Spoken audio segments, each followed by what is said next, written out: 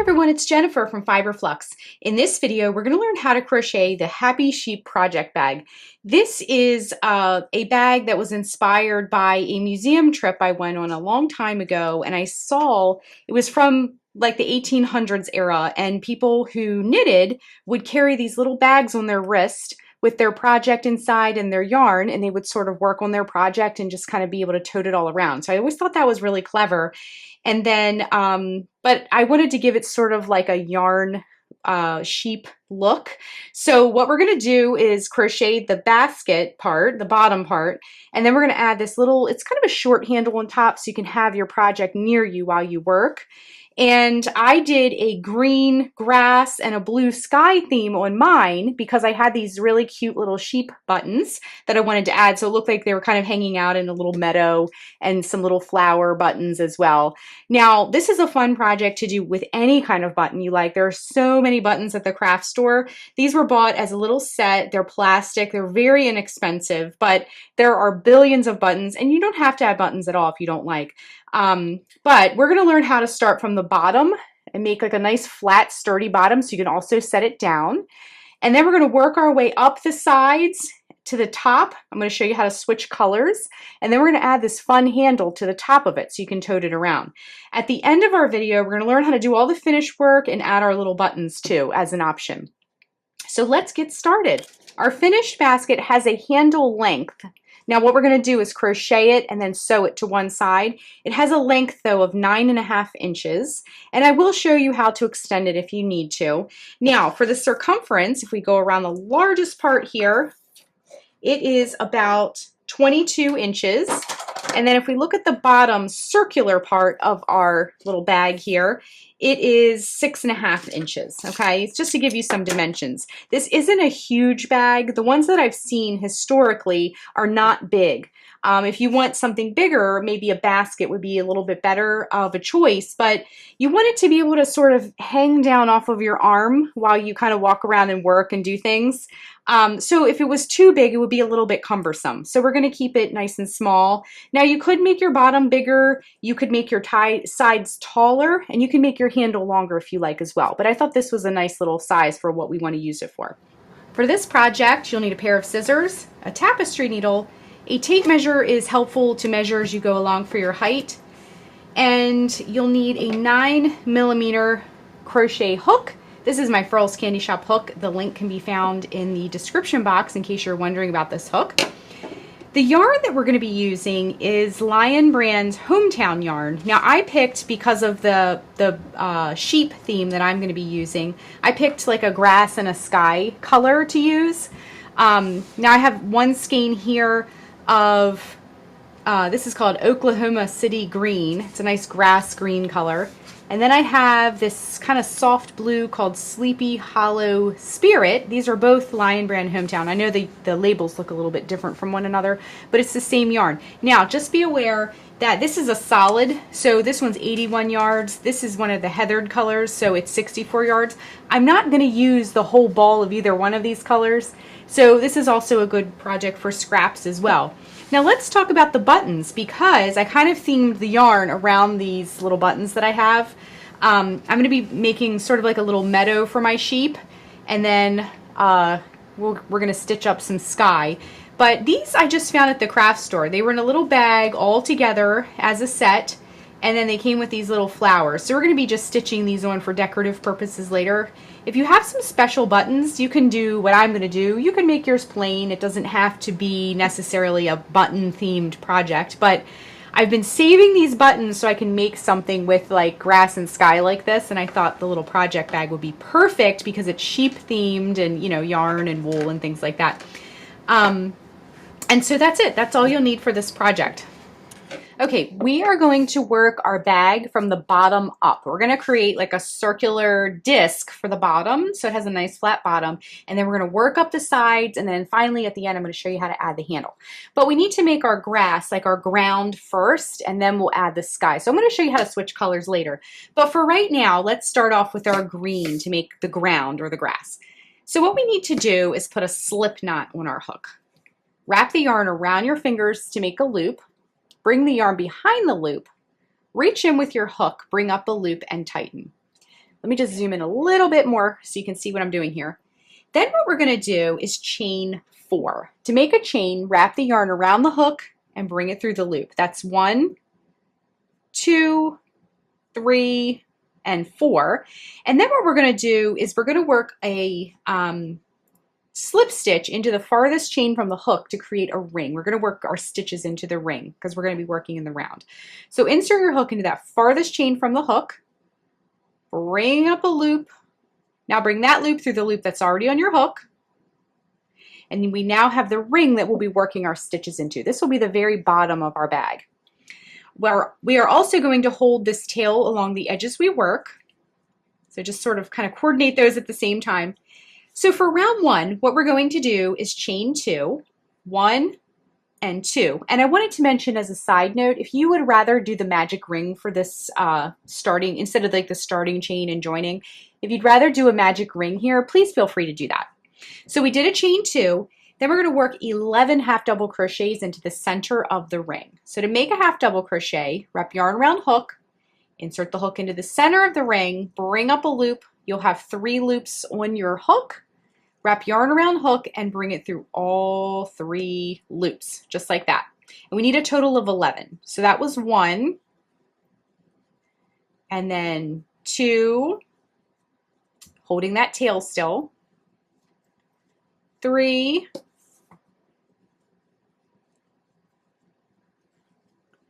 4, holding that tail, 5,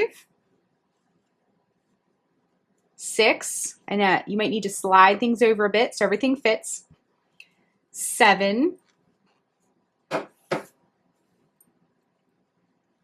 8, let's redo 8, 8, 9, 10, and 11. The reason we're doing 11 is because we want 12 wheel spokes, if you will, on our wheel here, and that chain 2 that we did at the beginning of the round counted as one of our half double crochets. So what we need to do now is count 2 chains up, 1, 2, and we're going to join with a slip stitch to close the round. So insert your hook in there. You might need to like work it in there a little bit if it's snug, and that's okay, totally normal. Wrap the yarn around the hook to bring up a loop. Bring that loop through the loop that's already on your hook, and then you can kind of tighten it down if you need to. Now remember, we wove this tail in as we went along. So at this time, I like to get the tail out of the way, pull it in really nice and tight, grab your scissors, and just give that tail a snip. And that way it'll kind of get out of your way and you can see what you're doing.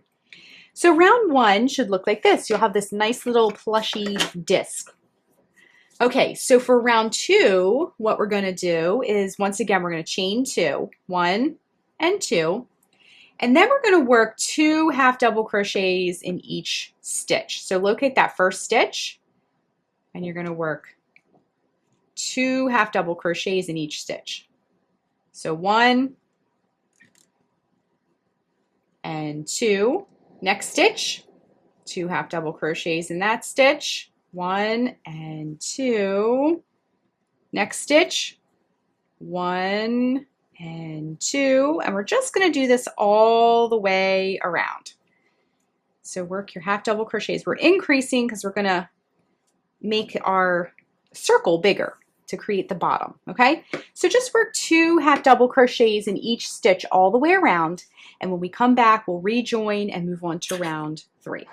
Okay, just finishing up round 2, and we work 2 half double crochets into each stitch. Now we're going to count 2 chains up, and what we're going to do is work a slip stitch to close the round, okay?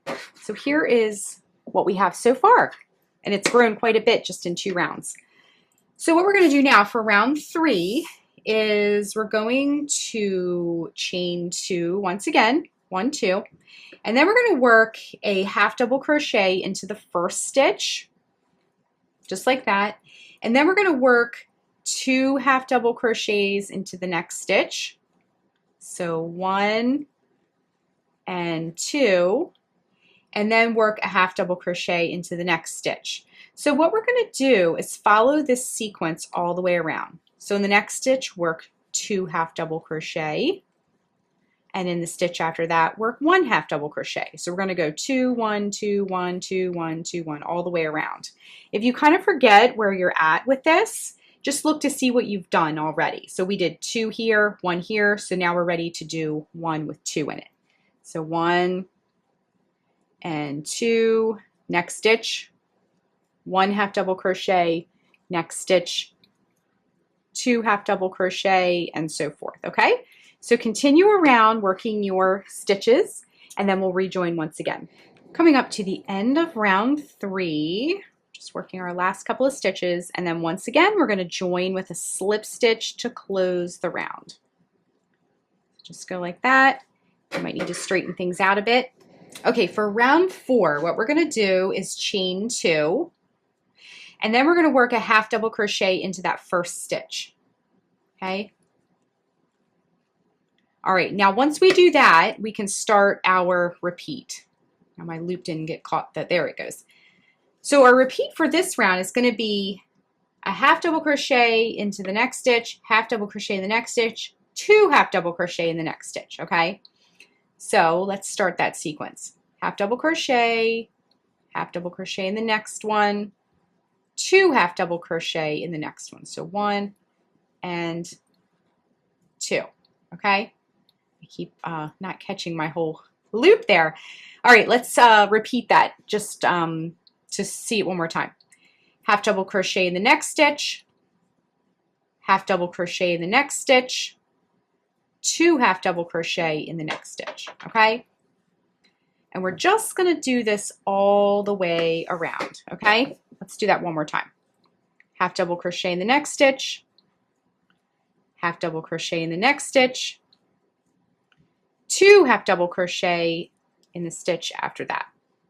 1 and 2, okay? So go ahead and continue with that sequence all the way around your circle, and then we'll rejoin and move on to round 5. Just finishing up the round, and we're going to join with a slip stitch in that second chain up to close the round, okay? So the base of our bag is done. Okay, it looks really cute, and we're ready to work on round 5. Now round 5 is a little bit different from the other rounds that we've done. We're going to depart from our half double crochets for a little bit and do a back post half double crochet. Now if you're not familiar with this stitch, it's totally fine. I'm going to walk you through it, okay? So what we're going to do is we're going to turn, so our project is facing us once again, and then what we're going to do is chain 2, 1, 2. Now when you're doing post stitches, any kind of post stitches, a front post or back post, it can be a treble, a double, a half double, whatever you're doing, you have to kind of examine the stitch. So when you work a stitch normally, you're going to work in this top loop up here. When you work in the space, you're working in between these posts, okay? So this little column that you create when you make a stitch, actually let me zoom way in so you can see what I'm talking about here. When you have a stitch, it's at the loop at the top, like I was saying, a space is in between, and then this is the post of the stitch, that little column that you make. We're going to be working around that for this, okay? So we're going to do a back post half double crochet. So how to do that is wrap the yarn around the hook, and then you're going to go behind and come up. Remember that post we talked about? Up, over, and back down. Wrap the yarn around the hook, bring it back through. See how it travels back through on that same path? And then you'll have 3 loops on your hook. Now this will look very similar to the half doubles we've been doing. Wrap the yarn around the hook, bring it through all 3 loops. That's the back post. What this stitch is going to do is create a nice little ridge. So our basket or our bag has a nice, like, sturdy cylindrical shape. Okay, let's do a few more of these together. Locate the next post, wrap the yarn around the hook, come up under, over, back down, wrap the yarn around the hook, send it back through the way you came, wrap yarn around hook, bring through all 3 loops. And you can already see that little ridge is forming. All right, let's do a couple more of these together. Yarn around hook, come up under, over, back down, bring it back through, yarn around hook, all 3 loops. Next one, yarn around hook, bring it back up, over, back down, wrap yarn around hook, bring it back through, yarn around hook, bring through all 3 loops, okay? You can start to see we're getting a nice little edge here, okay? So just do this in each stitch all the way around your circle, and then we'll rejoin and start building up the sides next. Okay, I'm just working that last back post, half double crochet of the round, and then we're going to join with a slip stitch. Once again, count 2 chains up and join. Just like that. Okay, so now we have the base and we've built up some sides. If you sort of see on the side view here, it's going to give us nice straight sides. It gives like a 90-degree angle to the bottom, so it has a nice base to sit on. Okay, so the next few rounds, we're going to be kind of doing the same thing for every round. We're just going to build up the sides. So go chain 2, 1 and 2, and then just work a half double crochet in each stitch around. Okay, so work a half double crochet in that first stitch and in each stitch all the way around, okay? So I'm gonna work this round, and then when we rejoin, at some point, not quite yet, we wanna get a little bit more of the grassy look before we start on with the sky, because what we're eventually gonna do is put some little sheep in our meadow, okay? But we need to build up the sides a little bit with our green so we have a nice little environment for them to kind of graze. So go ahead and work your half double crochets all the way around, and we'll rejoin. I'm going to show you how to close up this round, and then we're going to repeat this round a few more times. Okay, so go ahead and work your half doubles all the way around, 1 per stitch. Just working that last stitch. And again, we just worked a half double crochet in each stitch all the way around for round 6. And I'm just joining with a slip stitch to close the round. Same thing we've been doing. So we're starting to get a little bit of sides built up on our piece. So what we're going to do is continue with the green for a few more rounds. So just repeat the rounds. Okay, just coming up to the end of round 8. So I did round 6, 7, 8 the same way. And then just join with a slip stitch in that topmost chain to finish off the round, okay? Now grab your scissors, cut the yarn, and we're going to wrap the yarn around the hook, bring it through the loop to fasten off and tighten. Now, like I mentioned before, you will have a little bit of yarn, let me just zoom out, left on your yarn ball, and that's okay. You could just use it for something else. And then what we're going to do is that same stitch where you fastened off, reinsert your hook back into that stitch. And every time you have a knot on a stitch like that, it is going to be snug. But just kind of drill it in there. Hook the new yarn on, because we're going to do our sky next. Now, if you're going to stick with the same color, you know, you'll just keep going. You won't stop and do this part. But we're just going to tie that new color right on. Now, again, we did round 6, 7, and 8 in the green the same way. We just kept repeating round 6 in the green, okay? Now, we can throw these ends kind of in this bag for right now, and we'll deal with those later. Reinsert your hook back into that same stitch, bring up a loop, and then we're going to chain 2. 1, 2. So we're just going to work the same round again, but in our blue yarn, okay? So go ahead and work a half double crochet into that first stitch of the round, and in every stitch all the way around. We're just doing the same thing that we did for the last couple of rounds, okay? But we now have our blue sky color, okay? So just work your half double crochets in each stitch all the way around. Again, we did 6, 7, 8, so this blue is round 9. Just working that last stitch, and then we're going to join with a slip stitch to close the round once again. Chain 2, then work a half double crochet into that first stitch and in every stitch all the way around. So go ahead and do that, and we'll rejoin at the... Okay, coming up to the end of round 10, I'm just working the last half double crochet, and then we're going to join with a slip stitch to close the round as well, okay? Next, let's look at our basket here, or our bag rather. It has some nice sides. It's going to be a really nice little item to hang from your arm, okay? Just like that as you work. You can fit like a one medium-sized ball of yarn or a couple small balls of yarn and a couple of tools. So what we need to do now is work our handle. Now there's no need to cut the yarn or anything like that. We're just going to chain one and we're going to work a single crochet in the first stitch. That's 1, 2, 3, and 4. So a single crochet in each of the first 4 stitches. Okay, so our handle is going to be about that wide. You can see where it begins and where it ends. If you want it to be wider, you can work some more stitches, but I'm okay with that width. I like that width. Okay, so next row, chain 1, and this is the row you'll repeat for the rest of the handle.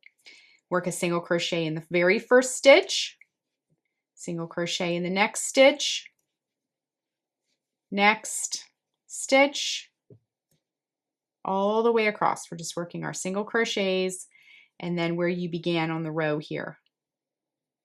Okay, it might be a little snug there, but that's okay. Might need to sort of wiggle it in there. Okay, so here are the beginnings of our handle, okay? And we're gonna just make it so that it makes like an arc across, okay? So once again, let's repeat that. Chain 1 and work a single crochet in that first stitch and in each stitch across. So this is pretty short. We went from working in the round to working in very small little rows, okay? And then that last, that's actually where the turning chain is, the turning chain space, okay? So just repeat this row a few more times to give you a nice, not a few more times, but a bunch more times to give you a nice handle that sort of arcs over the top. I'm going to work my handle, and when we return, I'll measure it and show you the exact dimensions that I came up with. All right, I'm just working that last single crochet of the row, and my little handle is complete. Now, before we cut the yarn and everything, let me just show you how much I've worked so that you know also. Now, from where I started, which was right here, if we come all the way down to the end of our handle, I went about 9.5 inches, okay? So what we're gonna do now, and that will, when we bring it across here, that will give us a nice little place to put our arm, and it's not too long. Now, if you want to make yours longer, I would maybe just try to like hold it on there and test it out a little bit while you're doing it before you cut the yarn. You could even make it long and go over your shoulder or across your body or something like that as well. So go ahead and actually, you know what? We're going to cut the yarn, but we're going to leave a little bit longer of a tail. So go about 24 inches or so. We want to leave a little bit too much yarn. We don't want to cut it too short. And then what you want to do is stick your hook back in that stitch, wrap the yarn around the hook, and pull that long tail through. Then what we're going to do is take our tapestry needle and thread it with the long tail, just like that. And then we're going to bring it over. Now you can measure if you like, or if you like to live dangerously and sort of eyeball it like me, you can do that as well. So just kind of bring it across, and then what we're going to do is fold it like this so that the inside edges are lined up. Okay, we want to sew it from the inside, not the outside. It'll look a lot neater. Okay, so let me get my tail in the right spot here. I need to bring it inside the handle. So what you want to do is line it up so they're sandwiched together, and then you want to go in both loops of the stitch. Actually, let me zoom in so you can see. You want to go in both loops. See, I have 2 loops on my needle of that first layer and 2 loops of the second layer. And go ahead and pull that through. We're going to work a whip stitch, and all that is a spiral through your work. Okay, go in through the first side of your sandwich, the first layer of your sandwich, into both stitches, and then both stitches of the handle part of your sandwich. Do that again. Both loops, pull it through. Both loops, pull it through. Try to be consistent so that it looks nice and neat when we turn this back out. Both loops, and then just to give it a nice sturdy edge, I'm going to go through that last part one more time, and then leave yourself a little loop here and send the needle through, and you can knot it off that way. Now go into the inside part of your little bag and we're going to weave that tail in. We're not even going to pull it off the needle yet. It's already threaded for us. And you're just going to go into those back loops and pull it through. Come back in the other direction. You can go in between the plies. That will give it a little bit more snugness when you have your tail. Hold it in a little bit better. And then you're just going to grab your scissors and give it a little trim. Okay? So then you can sort of inspect what you have here, straighten things out, look and see how nice and neat it is. And our little bag looks super cute, okay? Now I'm going to turn this inside out again, rather, because we have a couple more tails we need to deal with. So grab your tapestry needle once more, and I'm going to grab the green tail to start. I'm just going to thread it on there. And we're going to stick in with the green section for our green tail. If we try to go in the blue section, it will show and it won't look as nice, okay? So just go in one direction with your tail. Come back in the other direction, just like that, and trim. And then you want to repeat for the blue tail, but instead we're going to keep the blue tail in the blue section, okay? So just go right in there with your stitches, right into those loops that are going to be facing inward, just to keep it neat looking, okay? All right, now we can trim. Now you can be done with your bag at this time and start using it. Let's turn it right side out. Or you can put buttons on it like I'm going to do, okay? So if you're going to put buttons on it, get your bag nice and flat so you can sort of arrange them, okay? I'm going to grab my sheep here, some of my flowers, and what you'll want to do is make sure that your tapestry needle can fit through these holes. So the tapestry needle, like I said, is kind of large and it doesn't fit through the post here. So what I'm going to do is grab a smaller one and it easily fits. So you can take a matching piece of yarn that coordinates, or you can try it with this thicker yarn and sew the buttons right on. So what I would recommend first is, before you begin, what you'll want to do is sort of position the scene. So get your sheep how you want them, kind of hanging out in the grass here, doing their thing. And then I have some flowers. Now, like I mentioned earlier in the video, you can really use whatever buttons that you have, and I'm sure it will look super cute no matter what you do. But just position everything first, just to get it spaced how you want it to look, because it's easier to do it this way than to have to come back and pull them out because you didn't like the way they looked, okay? So then what you can do when everything's positioned is to get your yarn. Now, I grabbed a scrap piece of yarn that happened to be the same color. For my particular needle, this was a little bit thick, so you can use a piece of scrap yarn if you like. And then what you want to do is cut it to a more reasonable length if you grabbed a long piece. And then let's sew one button together, and then we can continue and sew the rest of them. All right, so this sheep here, we're going to deal with this one first. Hold it down where you want it to go, and if these other ones fall off, it's okay. And then what we're going to do is come in, figure out where your button is back here, and you're going to make sure you catch that loop of the button. And just do a couple of passes. Don't pull it all the way through.